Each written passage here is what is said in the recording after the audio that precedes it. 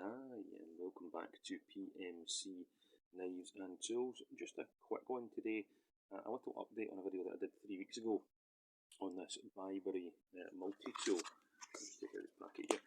It's a vaguely Leatherman Surge clone-ish, and I've been using it at work every single day as a joiner carpenter for the past 3 weeks. So I thought I'd do a little bit of an update on how it's performed in that time. So you can see here some scuffs on the faces of the screws and bits and bobs.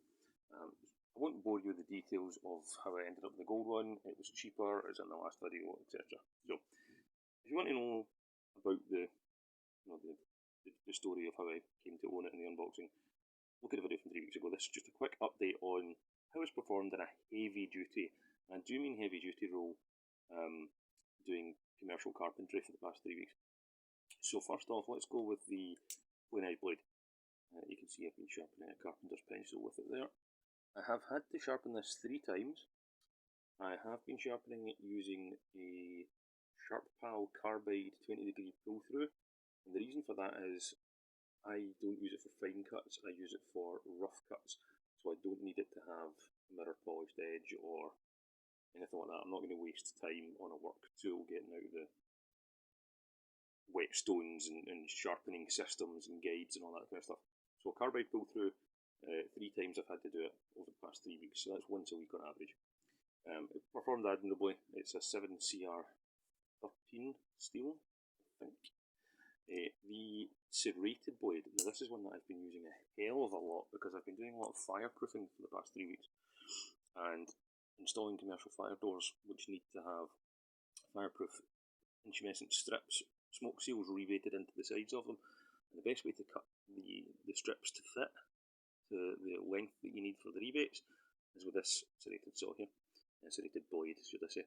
So I've been using that a hell of a lot for that. I've had to sharpen it twice, which is pretty unusual because serrated blades, because they're for rough, inaccurate, not neat, not nice, not slicey cuts, don't usually get sharpened much at all in their lives.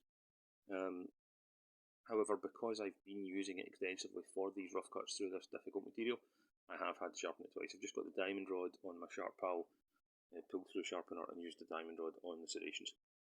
It does have some fireproof mastic and things on the blade, as you can see as well. Now, if the camera will pick this up, you'll see that it has a twist in it.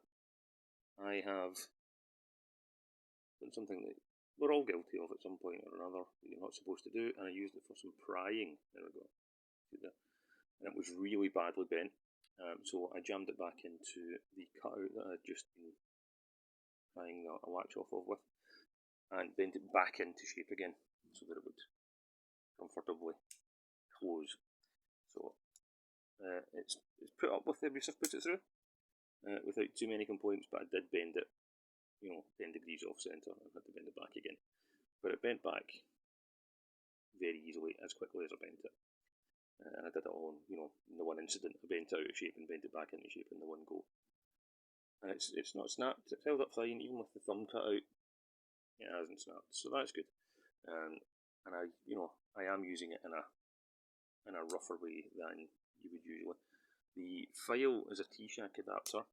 I have used the file a little bit for filing aluminium profiles that I had cut to size with a hacksaw, and it took the sharp butt off the edge absolutely fine. That was with the cross-cut side here. I haven't used the dang yet. It's not the kind of thing that I need to use very often, particularly not at work. However, the T-shank adapter lets you use jigsaw blades, and these two that came with it have been used. I was using them to cut Mirante Brazilian hardwood, which was 12mm thick by 45mm wide, and it did it absolutely wonderfully. Made a really short work of it and saved me going back to my van to get a handsaw out. So absolutely thumbs up for that.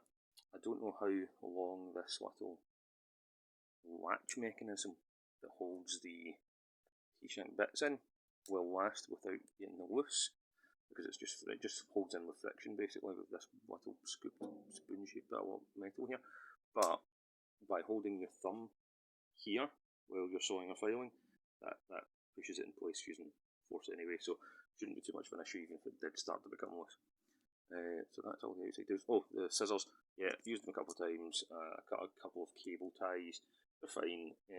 The scissor spring doesn't activate until you lock the scissor, the exact same way as the Leatherman Wingman, so that's something that we're all a bit familiar with by now. Pretty good scissors, very sharp, good size, no complaints.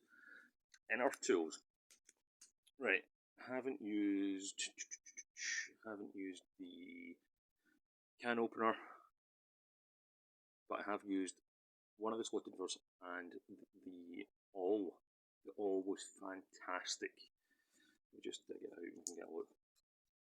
I used it to start a hole in some aluminium profiles, and by God, it was excellent. Really, really good, because it's quite chunky for an awl. Let's do a quick comparison with my do a quick comparison with my Swiss Champ awl, just so that you've got a basis for comparison. There's the awl on the Swiss Champ, and there's the awl or reamer or whatever you're calling it on the Bibury Surge clone. Massive in comparison. Sharp all the way down. It's got a fully sharpened edge, and it's got the pointed sharpened tip and the sewing eye. Really, really great. Made incredibly short work of aluminium profile. I'm very impressed with that. So the only one I haven't used yet, I think, is the can opener. So I can't report on that because I don't open tins at work. The pliers are massive when compared to a more typical multi-tool plier. Let me see if I can't get something for comparison here. Let's reach into my drawer here. There's a Leatherman Wingman, first thing that came to hand. So there's the pliers on the Bibury. There's the plier head on the Wingman. Huge difference. Bibury pliers are much chunkier, longer, thicker, just overbuilt beasts. Really good.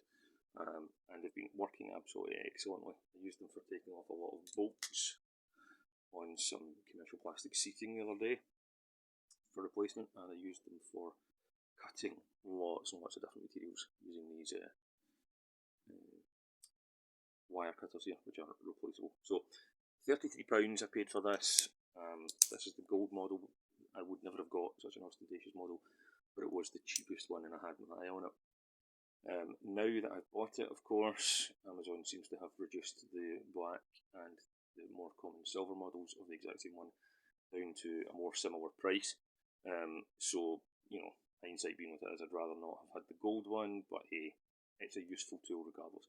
So if you're thinking about getting there's no official name for this, it's just a number, so I'm not going to, bother calling it, X name because it doesn't have one. But if you're thinking about getting this Bibury Multitool, I can absolutely recommend it. And if you're wanting a Leatherman Charge or a Leatherman Surge, the chunky, overbuilt ones, feel free to get this first. It is good value for money and it's doing its job well. It's and the steel on it, yeah, it's 7CR on the blades and 3CR elsewhere, but that's not that different from the steel that you get on Leatherman tools. Not necessarily the Surge, admittedly, but on the more common Leatherman tools, or more standard, more basic Leatherman tools, use 420 or 440, I think it's 420 HC steel. So there's no disadvantage to the steel that Bibury is using. So there you go. I have used it, abused it, loved it. The screwdriver, I didn't mention the 1/4 inch bit driver, works absolutely fine. It's a 1/4 inch bit driver, it does what 1/4 inch bit drivers do. And this one's a little bit overbuilt as well, so it's not really flimsy like some of the wave style ones. So there you go.